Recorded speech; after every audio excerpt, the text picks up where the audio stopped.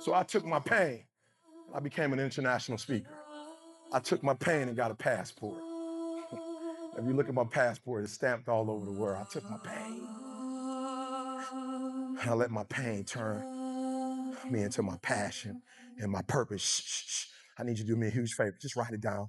You'll get to it later. I just need you to identify what your pain is. And then I need you to ask yourself what you're going to do about it. Are you gonna let your pain break? Look, I'm not the only person who's been homeless, but a lot of guys who are homeless didn't turn it into this. They had the choice to do it. You have a choice how you respond to your pain. And some of you in this room, for real, I'm just gonna be honest with you. You got to get over, like you're getting wimpy on me. You're getting soft on me. You are not the only person that's been through a divorce. Boo, get over it.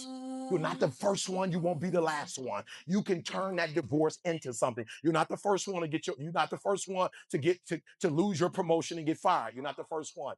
You're not the first one. You're not the first one they let go of. You won't be the last one. The question is what you're going to do about it. You're not the first one. You're not the first one. When my wife had 7 lesions on her brain, we did not complain. We did not cry. We did not give up. We did not give in. She won't be the first person ever diagnosed with lesions on her brain. She won't be. But she will be one of the ones who did not have a defeatist attitude. She will be one of the ones that will smile through it. She will be one of the ones that will still work through it. She will be one of the ones that still travels the world. She still will be one of the ones that encourages and trains other women. She is not the only one who has had a chronic illness, but she will not let it break her. And the problem with some of you in this room, you will never be great. Because every time you go through pain, every time you go through a problem, every time you go through discouragement, you give up and you quit and you do not understand that at the end of pain is your millions. At the end of pain is your reward. At the end of pain is your productivity. At the end of pain is your promise. So do me a favor. Stop crying about it and use your energy to get through it and get on the other side of it. So I want you to look at your pain. Write it down. Don't be afraid. Write it down. Write down that thing. Oh, I got to get past this. I can't get past this. I can't get past the fact that my parents loved my brother better than me. They thought he was smart and I wasn't. I was a troublemaker. I need you to get past it. Glenn will tell you that this business is about professional development. Oh, I'm gonna say it again. This business is not about being the smartest. If it was about being the smartest, Glenn, you might still be where you are, but I wouldn't be where I am. Good catch number 2. I'm showing you catch number. Okay, catch it. Pain. Recycle your pain. You can decide the shape, the form. You can decide the product that comes from your pain. And so we transition now. We transition. What makes ET? You've heard me say it before. You've heard me say it before. You've heard me say it before. I said boldly.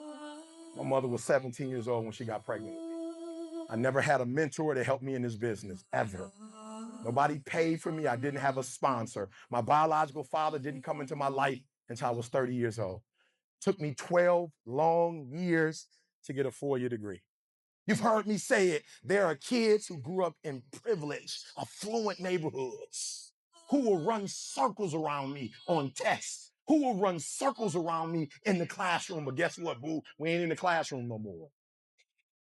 We're not in the classroom anymore, and teachers ain't giving out apples no more, and nobody cares about your little grade. We are in the real world now, and your talent might be talent, but listen to me, your daddy might own a company. You might come from privilege. Your mama might be rich, but you will not outwork me. I will get up earlier than you. I will go to sleep later than you. I will put in more hours than you. I will read more than you. I will grow. I will do whatever it takes. But if you beat me, there's going to be blood. There's going to be sweat. And there are going to be tears. I'm not giving it up. You got to take it. And the problem with most of you is you still operate just on talent.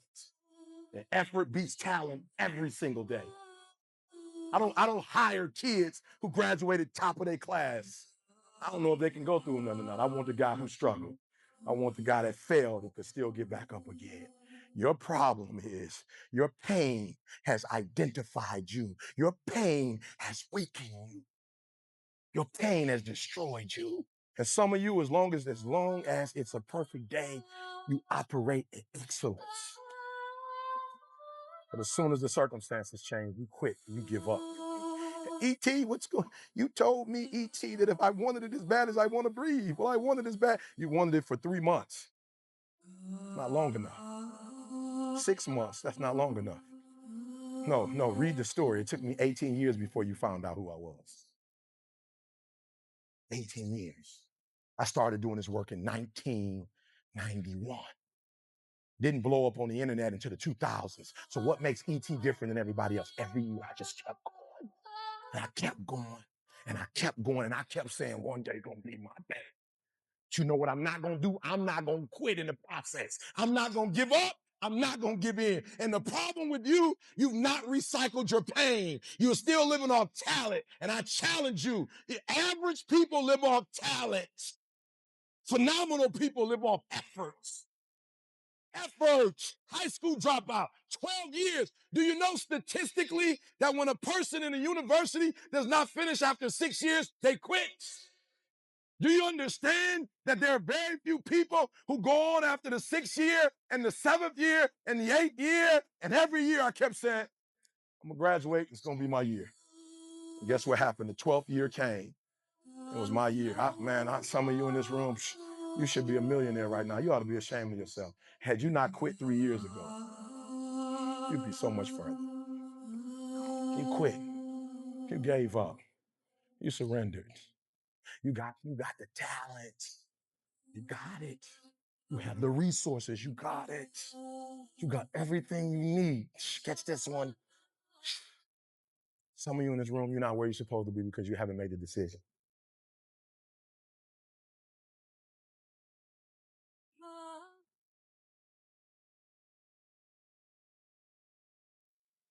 You at the bottom. The enemy got you at the bottom, acting like you at the top.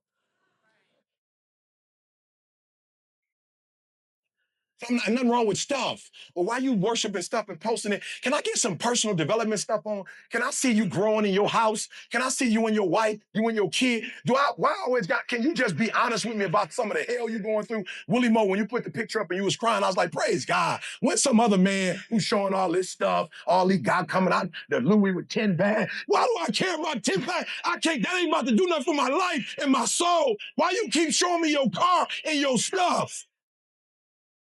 You might really be there. Can you show me how you got there? Without putting a price tag, can you show me how you got there without turning it into a program and selling me a program and you only giving me the piece of the doggone program? You ain't even really giving me the real. Can you stop manipulating me and just tell me the truth like God bless you? Can you bless me like God bless you? Why everything got to be attached to money? Why? Because let's go. So the first one, I just want you to see where you are. And be real if you didn't flip this joker. But trust me when I tell you, when you get to the top, they all gonna become. And why? Because when you get to the top, you start elevating past them. So the people that just own money, you could pass them up. The people who just own security and finances, you could pass them up. The people who just want to be down, they just want to be belong. They want to just be in the crew. They just want. You know how many people I said no to? Because I know they would give me a great opportunity and I know they would give me a lot of money, but they would take me off track. So I said no, because I don't want to be off track. Good, let's go. Come on, I'm sorry, y'all. Let's go. All right, we're gonna walk you through these. I'm trying to be nice and walk through this. All right, so I gotta ask you a question. Who's your bully and why? I want you to think about it right now. Who's your bully? Who are the people in your life that's bullying you? We're gonna stop it today. Hey, bullying you. All right, I got you. So I want you to think about it for real. Write that down. Who's your bully? Who are the people that are bullying you and you tired of it? Just be real. How many of you in here, I know you macho, men, stop tripping. I know you macho.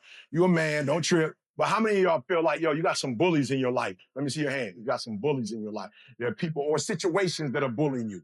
People in situations that are bullying you. By bullying, I mean what? You don't have the control. Either they have it or it has it. Let me see your hand. Be real. Come on, write it down. Bullies.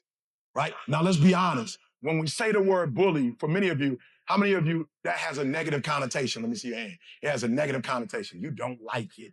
Good. All right. So what I want you to do is right now, we're going to, you geek with Jesse. You geek. Jesse was talking. You was geek. Jesse said, he did this, he did that. You was like, oh yeah, I'm about to do this, I'm about to do that. He was pumped up, right? But you will never be able to do it because you have a negative experience with bullying. So because you don't like bullies or being bullied, you can never be demanding.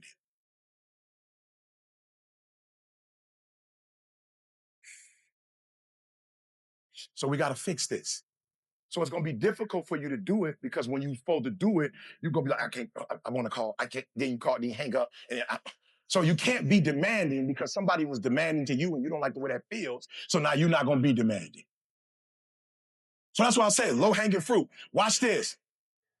Overcoming a bully, it doesn't happen at the bottom with food and safety and finance.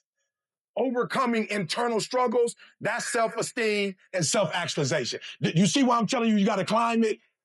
Now, if you can go into the Louis store and pay to get your self-esteem, and that's what people try to do. They go buy stuff, they wear stuff, and they like, look at me, don't I have self-esteem? That's fake self-esteem. It's not real. It's artificial. It's GMO. It's genetically modified. It's not good for you.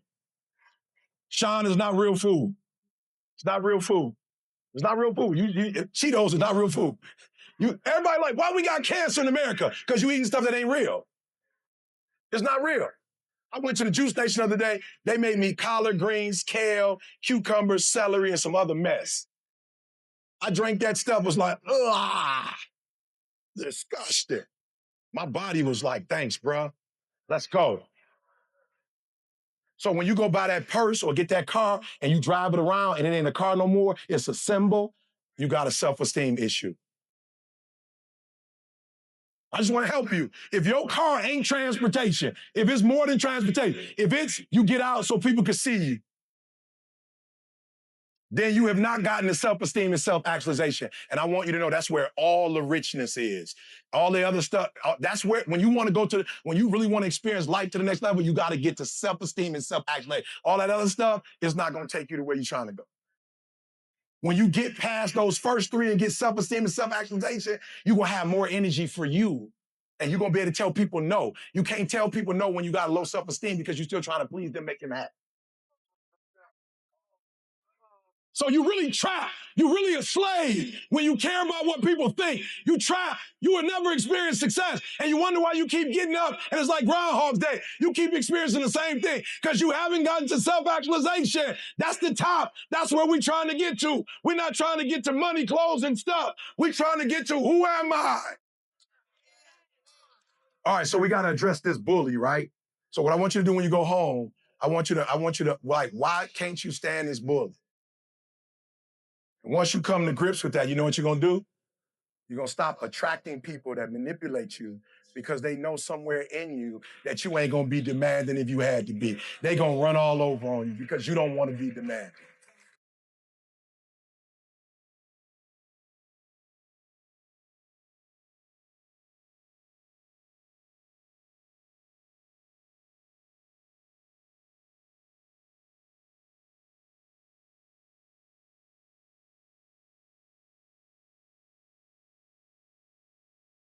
You don't want this life. I'm sorry. You want this life. You don't want this grind. You want this life. You don't want this work. So listen to me very closely. I have what I have because I'm willing to do what others aren't willing to do. Like, and don't think because I speak, like, don't think because I'm number one in the world, like I ain't still human. And I ain't still got demons I'm wrestling with and stuff. I'm trying to, but somebody got to fight these demons. And I can't leave it up to the pastor. Somebody got to fight these demons. And I can't leave it up to my wife. Like some of you are for real. Like you so weak. Some of y'all praying. You've been praying for 6 years and you the same husband. It ain't no way you talking to the creator and he didn't bless you when you still the same. It's not possible. It ain't no way you talking to the creator that has all power and you the exact same. It's not possible.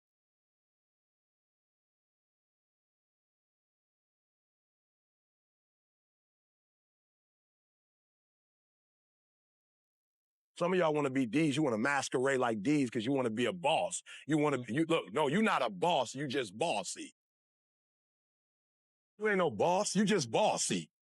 You know, real boss, a real boss, they don't talk about their boss, but when the fire come, they go in on a sneak tip and they go in and rescue stuff, pull stuff out.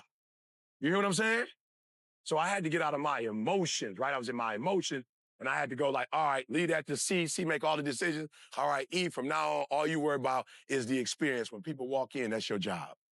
When we get on the phone, make sure you're on the phone. Now, C's a leader. I'm a shepherd. So if you're an I, write it down. You're a shepherd. You're not a leader in the sense of results, but you are a shepherd in that you get results through people. So when you're a shepherd, you got to come at it a little different. Like shepherds are different. Shepherds are still leaders, but shepherding is different than leading. Does that make sense? A Hitler is a leader. Martin Luther King is a shepherd. Winston Churchill is a leader. Mother Teresa is a shepherd. The difference. They lead differently. And so for all my eyes, I want you to look up a book. It's called A Shepherd's Look at the 23rd Psalms. I want you to take a look at that book. All my eyes, I want you to take a look at that book. A Shepherd's Look at the 23rd Psalms. Now watch this. If you're dealing with somebody and they met you for the first time when they're in a relationship with you and you gregarious and then something happened in the relationship and you go all the way down to poise, like that's a difference.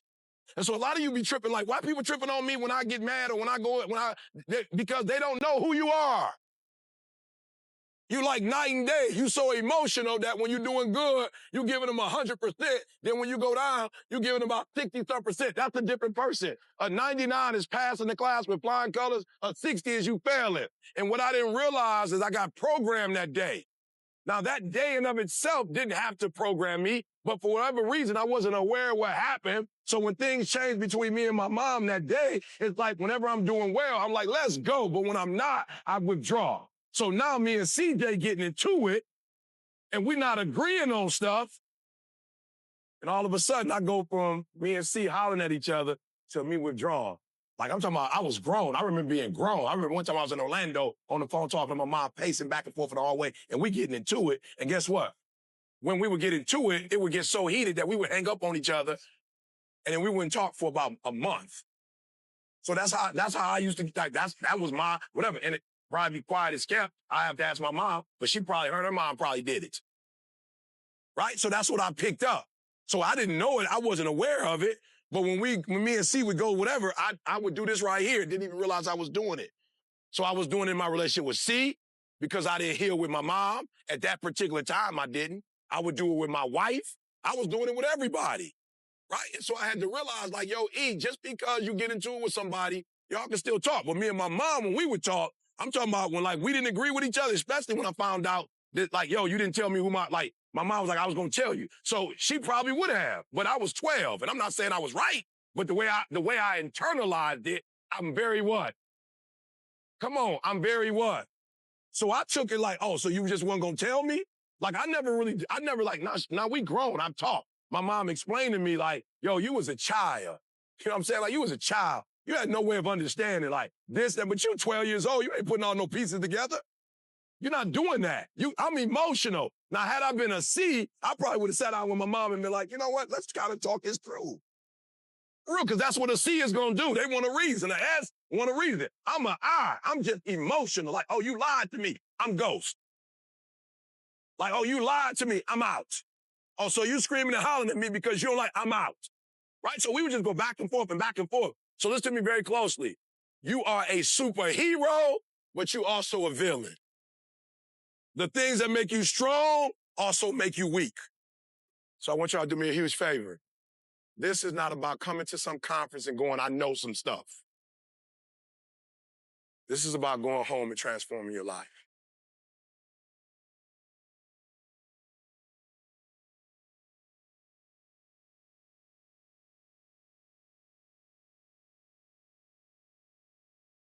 Your DNA, your genetic information is in your dreams.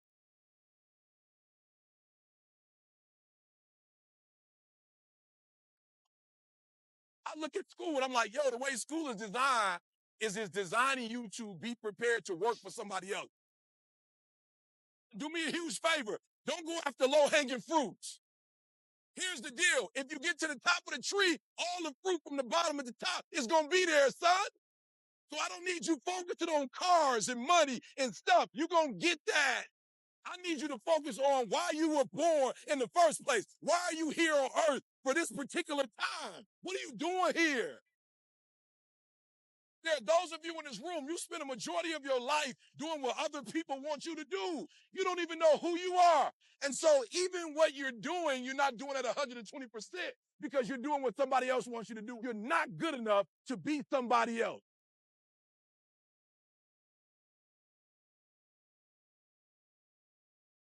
What I want you to do when you get home, all right? Put 30, first 30 seconds. I don't want you to do this now. I don't want you to do it in the car and get in an accident. All right, so we're gonna go home, find a quiet space, 30 seconds, right? You're gonna put a timer on. I'm challenging you, it's homework time. You've been inspired, you've been given information. We need to empower you, right? All right, so the first thing I want you to do, not leave the 30 seconds alone. First thing I want you to do is write a name of the person who's gonna hold you accountable. This stuff is not good. Find a person that you can call and be held accountable. Of course, we're doing a cruise, but on this cruise, first thing they ask me is, who's the point of contact? In case of an emergency, who is the point of contact? So I need you to have a point of contact. Who is the person that when we do this worksheet, you're going to actually call them and tell them what you're supposed to be doing so they can hold you accountable the first 30 days, the next 60 days, the next 90 days. So for the first 30 seconds, I want you, everything that we said today that came to your mind, for the first 30 seconds, I want you to write it down. No excuse. Put the clock on, 30 seconds. The reason why I'm not giving you 5 minutes, because if it came up in the first 30 seconds, it must be what? It must be important to you. So a lot of stuff was said. You don't need all of it. For 30 seconds, I want you to write down everything that comes to your mind. 30 seconds, right?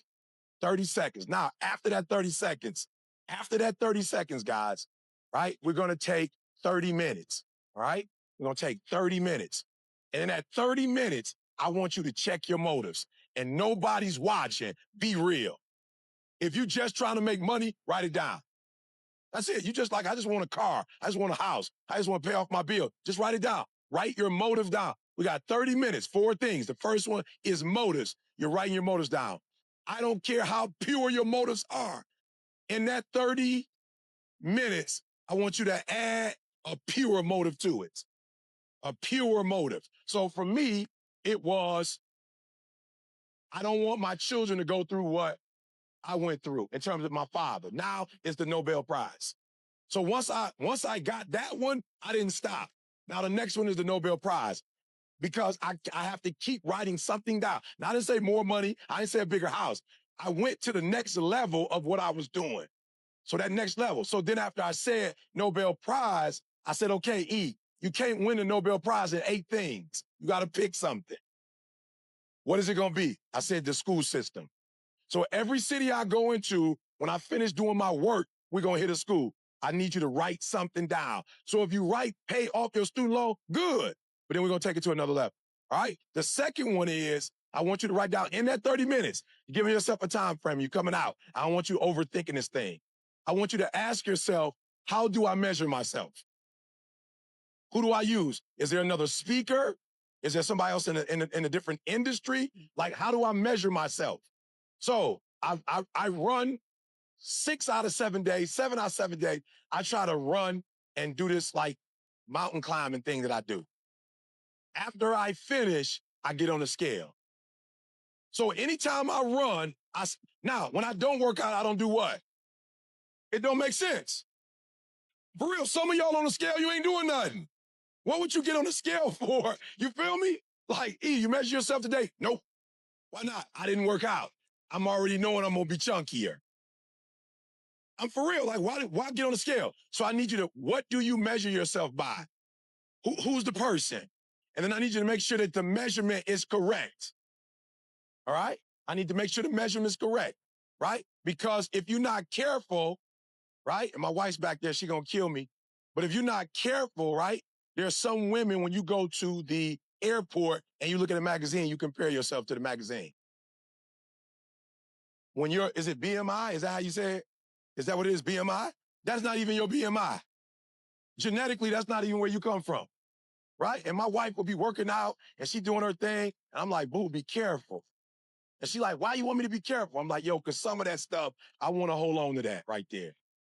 So like, if you're going to lose, try to lose in your neck or something. Like, just being real, losing your neck. Like, now you on my stuff now. You know what I'm saying? You going out your zone now. You in my lane now. There's people paying for that. You know what I'm saying? There's people they paying for that stuff, right? Hold on to that. Because I don't know who you measuring yourself. I don't know. You ain't got to worry about what 8 other people think. You ain't married to 8 other men who might want their wife to be 110 pounds. That's not who you married to. You married to me. This is what I want. And I don't think you good. Now you can work out for your health if that's what you want, but some dogs want meat on their bones. I'm the kind of dog I want a little meat on my bone. I don't want a bone with nothing on it. So you got to be careful who you measuring yourself against. Some of y'all measuring yourself against the wrong person. You measuring yourself against ET as a speaker. You might not want to do that. I've been this 20 years. You can't do something for 6 months and measure somebody that's been doing it for 20 some years.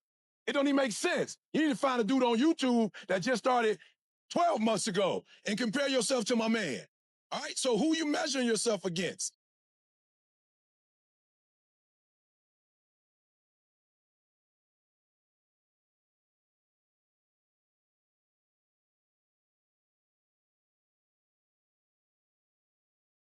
When I got my GED, I felt like I was on top of the world. I had done it all.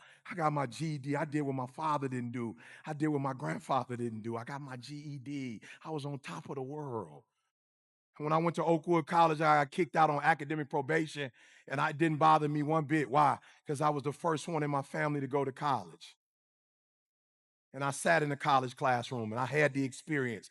Nobody in my family had ever graduated from college up to that point. So it wasn't even that deep to me. Why? Because nobody had ever done it. I was just geeked that I was the first one to make it happen, that I could actually say I sat in the class and I knew what the classroom was like. I actually took tests. I ate at the cafeteria. I slept in the dorm room like I felt it.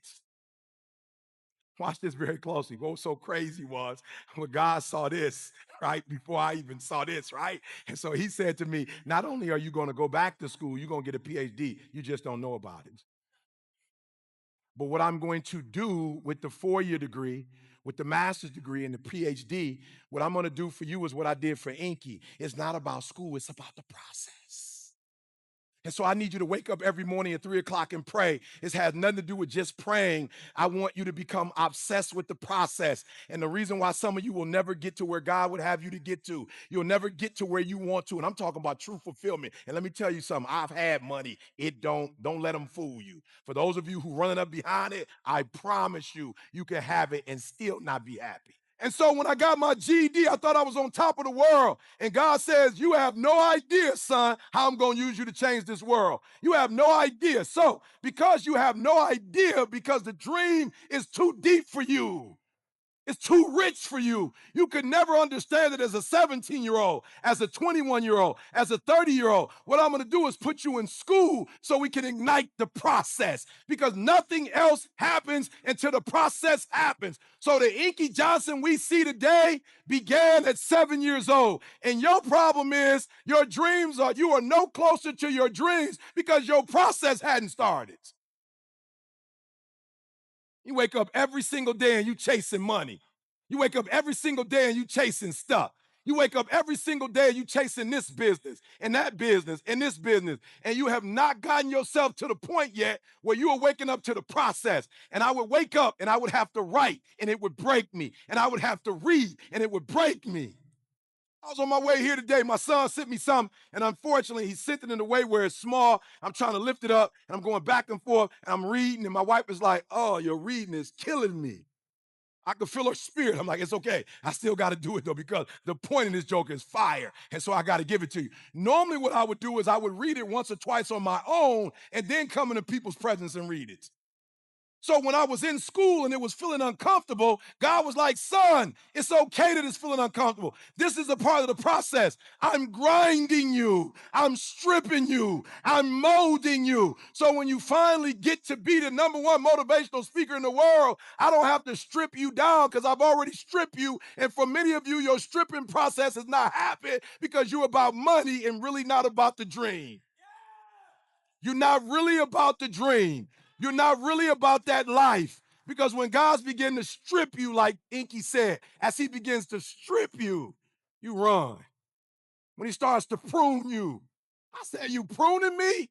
I got a GED. You pruning me? I ain't on the block no more. You pruning me? I'm married now. You pruning me? I'm back in school. You pruning me? I ain't in the hood no more. What are you doing? I'm doing what you're telling me to do. He said, that's why I'm pruning you. Because I don't prune things that don't bear fruit. I don't prune things that don't bear fruit. I prune things that bear fruit. Why? So I can get more out of it. And you want to stop at the 4-year degree? You have no idea, son. This is not about you. You selfish. This has nothing to do with you. You ingrate. This has nothing to do with you. I'm using you for my purpose and my will. And we got a whole lot more stripping to do. So number one, leave the doggone dream alone. That's not your business. You don't know how long you're going to be alive.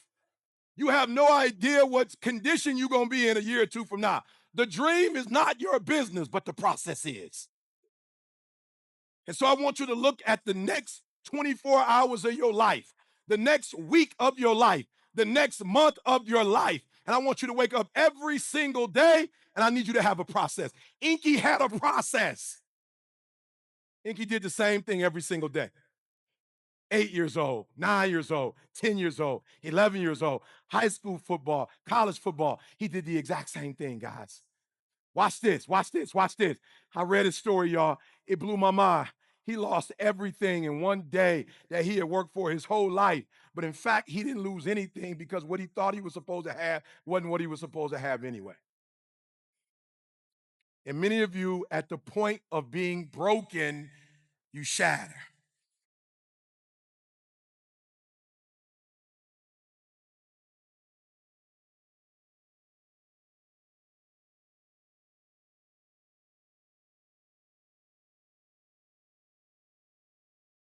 The reason why I did take control in the beginning is because I realized, y'all, I'm struck. Kendall was with me. I'm walking down the street. I'm seeing homeless. Like, yo, I can't even enjoy. I'm such a flamingo. I can't even enjoy this life, y'all. I can't even enjoy the way I'm living because I'm looking at people like, yo, this how you living? I'm walking up the street. We ain't all homeless. I'm seeing people's hands.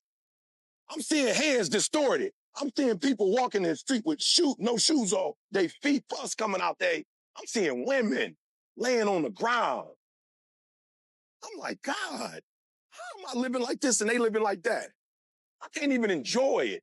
So I came up with take control because I took control. And I'm like, yo, I just want to help other people to live this life. In the country we live in, like, yo, it ain't set up like that. It's kill to be killed. I'm just being real. Africa is a beautiful place, but Africans ain't benefiting from Africa. Africans ain't benefiting from the gold over there and the diamonds. It's snakes. It's sharks that's benefiting from it. The people that live there ain't benefiting from it. And it's enough. It is. Whether you believe it or not, it is enough for everybody. That's just how it's set up. It really is. But there are those of you, and I ain't talking about lazy people right now. I'm talking about good people like my mama who put in 30 strong for four. My mother was a good woman. My mom made sacrifices for us to go to that company and didn't get what they told us she was going to get. I ain't talking about people who don't go to work and people who ain't got no dream and people who ain't got no goals. I'm talking about my father, who unfortunately wasn't my biological father, but he raised me. And somewhere around 22 years at DM, he got multiple sclerosis and they got rid of my man. It was called a buyout for 100 grand. My man gave you almost 30 years. You going to give him 100 grand? How long you think he going to live off of that? He was making 90 a year and you gave him 100. I'm talking about sharks and snakes. That's snake. Get a man what he worth. I'm not telling you to make him a multimillionaire, but give my man what he came to work every day. He grind for y'all. Get cash my man out. You ain't got to give him your money, but you wouldn't have had what you had without him. Give my man, he went to college. Give my man, that's why I'm here. That's why I'm here, y'all. I'm not here to get paid. I don't need y'all to make my money. I make my money on my own. I'm a pastor. I don't ask my church for no money. I don't need their money. I make my own money. I do what I got to do what I need to do. So I'm telling you why I'm here. I'm here because you good people. And some of you ain't where you want to be. You good people. You doing the right thing, but you ain't living like you're supposed to be living. So I need you to write down when you get up out of this joint by the end of this year, like, for real, man, just in this area, I got to do better, bro. I can't keep living like this. Write it down. I don't know what it is. I don't really care. All the information we give. That's why I'm saying this because, and do me a favor, don't be cocky and write down all the stuff that you winning at. We know you winning there. Give me the stuff you ain't winning at. I just had an NBA player call me a couple minutes ago, and I was like, impressed with my man because I'm like, yo, you in the league. You could just fake it like you where you want to be. But I like the fact that you called me and was like, I need you. I got you. We're going to get you back to where you need to be. I got you. But some other people that probably need to call me, but they on that cocky, boy, I'm in the league. Just because you in the league, I just left the league. I told a group of guys to be honest with me. I was like, yo, be honest with me. How many of y'all here, but you ain't here? They said, what you mean by that, I said, come on. Your whole life you wanted to make it to the league. You wanted to buy your mama a house. That's all you ever wanted to do, and you did it. How many of y'all ain't really, really here? And about 45, 50% raised their hand and was like, I don't even practice the way I practice. I put more energy in getting to the league than I'm putting in being in the league. So you looking at them on TV like they made it. They ain't make it. They ain't got nothing else to live for. Mama got the crib. It's over. They listen to me. They are operating like a lot of you. They just on pure talent. And until somebody more talented they come, they going to be out the league once that other kid come who's just as talented. But Bron ain't going nowhere because for Bron, it ain't about championship. It's something way bigger than that. And that's what he playing for. And some of you, your problem is real. You kind of maxed out on me, right? So come on, write it down real quick, and then we're going to get going. Write it down for me. I got something, man. I've been studying. I promise you, I'm a student. See, said reverse engineer about 2-3 years ago, and I've been doing that. I finally found the thing, y'all, right? Write those first. Write down what you need. And then, like I told you, when you write down what you want, and please do me a favor, just if you don't know but one or two, fake it and give me a couple more because the anointing is going to be thick. And you're going to be hurt that you only wrote 2 down because you're going to have the 2 and then you're going to be mad that you didn't put 6. So just make some stuff up and put it to the side for me. For real, you got to understand, because I'm not here for that, we about to take you to a whole new level. And I've had to grow to help you because I was on that flamingo thing for a long time. I can't help you with just being that. So I had to add some other stuff to my repertoire. Don't get mad if I ain't just screaming and hollering the whole time. We're going to scream, come out, scream, come out. I'm just saying, because if I go all turtle on you, you're going to fall asleep, right? And that's what you need, but you're going to want to eat. So I'm a turtle, come out, turtle, come out. I'm saying we're going to work it for you, right? But whatever you wrote down, separate it from what you're about to write. Separate it. Write that, what you want, take that away, put that on the side, and then listen to me. When I say something that's an action step, when I say something that is a system, you know you can use this to take you that, write it next to whatever your dreams and goals are. Because everybody got dreams and goals, but they don't have action steps to go with it. So what I'm discovering about people is you know what you want, but you don't know how to make that happen. So you're getting great content. It's some people for real. They're giving you, I'm going to talk about it in a little minute, but they're giving you some great what to do. But the challenge is, because you're not the right person, you're not going to be able to do it. So we can come in here and like give you all the right stuff, and you're only going to probably use 5% of it, 3% of it. But if you were to use 100% of what you need, what you heard and what you need to take you to a whole new level. So let me read this. Now, either this is the truth or not. We hold these truths to be self-evident.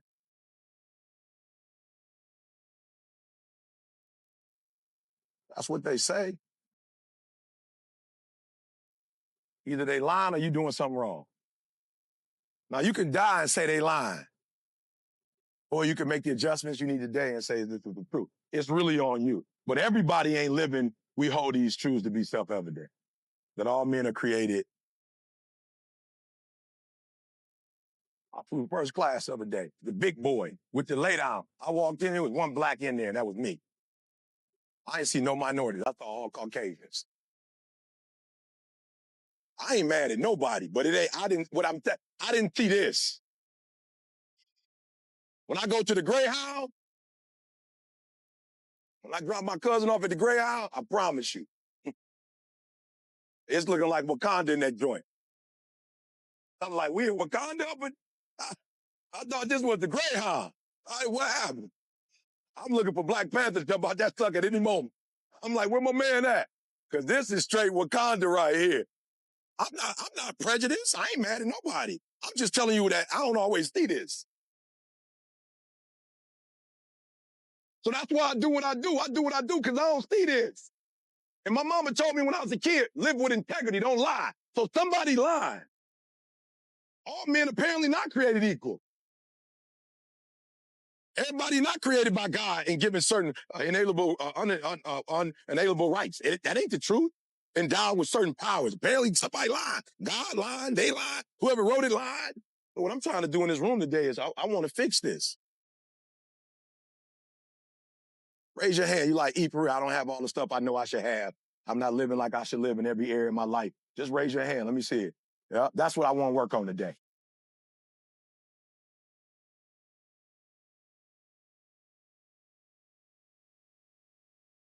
So peace is which part of your life, like which part of your life do you have to handle to get to a place of peace? Say it again. Okay, home. You say home. Yep. Let's go deeper. So you use the word spiritual. That's good, broad, but spiritual. What else? Okay. So when you hear the word peace, you hear the word gentle, joy, like that. So that watch it. That's character. All right.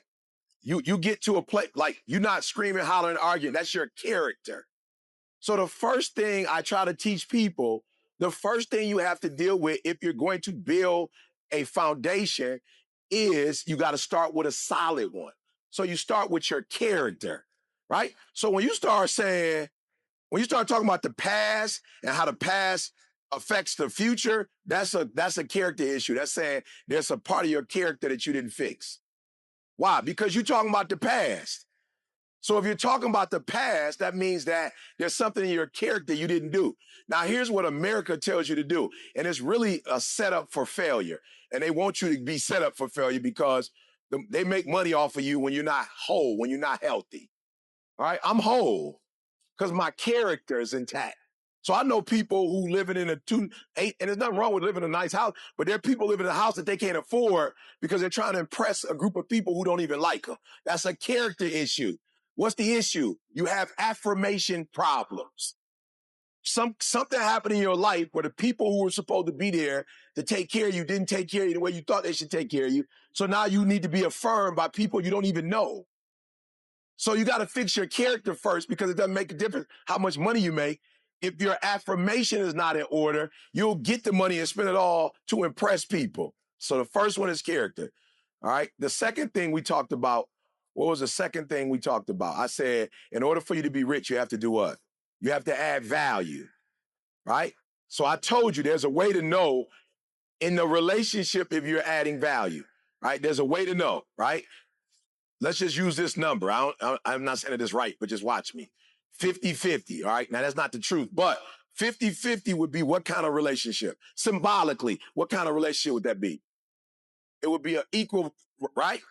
But in a lot of our relationships, it's 80-20, which means that somebody's doing what?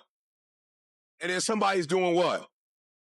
Okay, good. So somebody's giving more, somebody's taking more. When you hit 50-50, right? So watch this. I told you, get your character right, they add more value than you take. If you are a taker, then that means you're being, what's the root of that? That means you're being what? Selfish. So when you're being selfish, that just means you're looking out for whose interest? Yours. That's why you selfish, because you're looking after self. You're not thinking about that other person. So when we start saying stuff like, I want my kids to, so that they don't, then we being what?